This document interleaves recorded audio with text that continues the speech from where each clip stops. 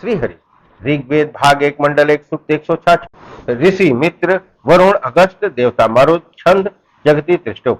फल वर्षक यज्ञ के सुसंपादन के लिए, मर्तों के शीघ्र आकर उपस्थित होने के लिए उनके प्रसिद्ध प्रवर्तन महात्म्य को कहता हूँ। हे विशाल ध्वनि से युक्त और सब कार्यों में समर्थ मरुदगण, आपके यज्ञ स्थल में जाने के लिए प्रस्तुत होने पर जैसे समिधा तेज से आवृत होती है, वैसे ही आप लोग युद्ध में जाने के लिए प्रभुत्व बल धारण करते हैं और उस पुत्र की तरह प्रिय मधुर हव्य धारण करके घर्षणकारी मरुदगण प्रसन्न चित्त से यज्ञ में क्रीड़ा किया करते हैं। विनीत यजमान की रक्षा के लिए रुद्रगण मिलते हैं, उनका बल उनके अधीन है।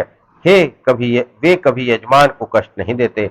जिस हवि देने वाले यजमान की आहुति से प्रसन्न होकर सर्वरक्षक अमर सुखोत्पादक मरुदगण यथेष्ट धन देते हैं, उसी यजमान के हितकारी मित्र की तरह आप लोग समस्त संसार की उपजाऊ भूमि को जल से अच्छी तरह सींचते हैं। हे मरुतो, आपके अश्वगण अपने बल से सारे संसार का भ्रमण करते हैं। वे अपने ही रथ पर आरूढ़ होकर जाते हैं। आपकी यात्रा अत्यंत आश्चर्यमयी है। हथियार उठाने पर जैसे लोग संसार से भयभीत होते हैं, उसी प्रकार समस्त भुवन और अट्टालिकाएं आपके यात्रा काल में भयभीत होती हैं।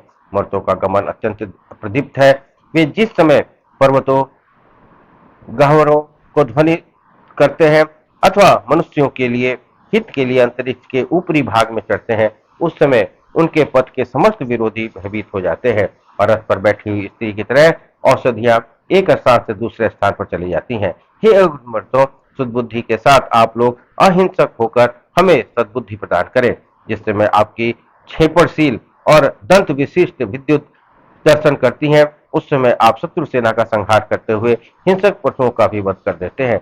जिनका दान अभृत है, जिनका धन भ्रंश रहित है, जिनका शत्रुवध पर्याप्त है, जिनकी स्तुति संगीत है, वे मरुदगण सोमरस पाने के लिए स्तुति करते हैं, क्योंकि वे लोग ही इंद्रदेव के प्रथम वीर कीर्ति को जानते हैं। हे मर्दों, आपने जिस व्यक्ति को कुटिल पाप से बचाया है, हे उग्र बलवान मरुदगण, आपने जिस मनुष्य को पुत्रादि पुष्टि साधन द्वारा निंदा से बचाया है, उसे असंख्य योग्य वस्तुओं द्वारा प्रतिपालित करें। हे मर्दों, समस्त कल्याण देने वाले पदार्थ आपके रथ पर स्थापित हैं। आपके स्कंद देश में परस्पर स्पर्धा वाले आयुध हैं। आपके लिए विश्राम स्थान का भोजन तैयार है। आपके सारे चक्र अक्ष के पास भ्रमण करते हैं। मनुष्यों की हितकारी भुजाओं पर मरुदगण अंत कल्याण साधक हव्य प्रदान धारण करते हैं। वक्षस्थल में कांति युक्त और सुंदर रूप युक्त सोने के आभूषण धारण करते हैं। स्कंद देश में श्वेत वर्ण की माला धारण करते हैं। वज्र सदृश आयुध कवर छुर धारण करते हैं। जिस प्रकार पक्षी पंख धारण करते हैं, उसी प्रकार वे मरुदगण लक्ष्मी को धारण करते हैं। जो मरुदगण महान महिमान्वित विभूतिमान और आकाश में स्थित नक्षत्रों की तरह दूर तक प्रकाशित होते हैं, जो प्रसन्न रहते हैं, जिनकी जिह्वा सुंदर है, जिनके मुख से शब्द होता है, जो इंद्र सहायक है और जो स्तुति युक्त है, वे हमारे यज्ञ स्थल में पधारे। हे सुजात मरुदगण, आपका महात्म्य प्रसिद्ध है और आपका दान अदिति के व्रत की तरह अविच्छिन्न है।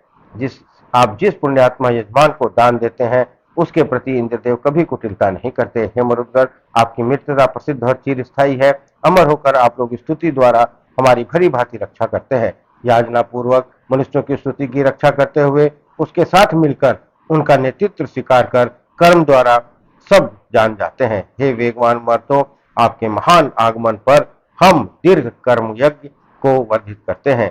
इनके द्वारा युद्ध में मनुष्य विजयी होता है। इन सब यज्ञों द्वारा मैं आपका शुभ आगमन प्राप्त कर सकूं। हे वीर मर्दों, महान कवि द्वारा रचना किए हुए स्तोत्रवाणी द्वारा आपको आनंदित और प्रसन्नता प्रदान करने वाले, आपके शरीर के बल की वृद्धि करने वाले और आपके अभिलाषाओं को पूर्ण करने वाले हैं। हमें भी आप इसी प्रकार धन, बल और विजय श्री शीघ्रता पूर्वक प्रदान करें।